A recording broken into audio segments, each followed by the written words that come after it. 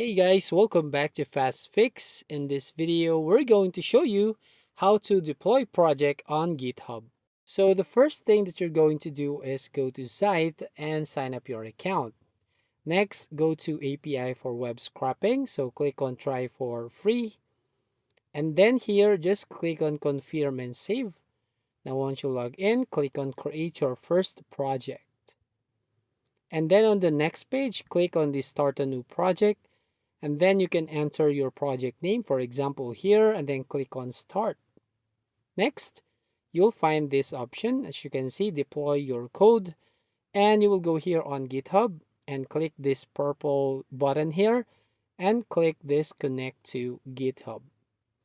Now, once you click on this connect to GitHub button, you will now go to this page. As you can see, deploy from GitHub. So connect to the repository, or if you don't have repository in your account, you can click on clone a demo repository here. Next is click on fork and connect.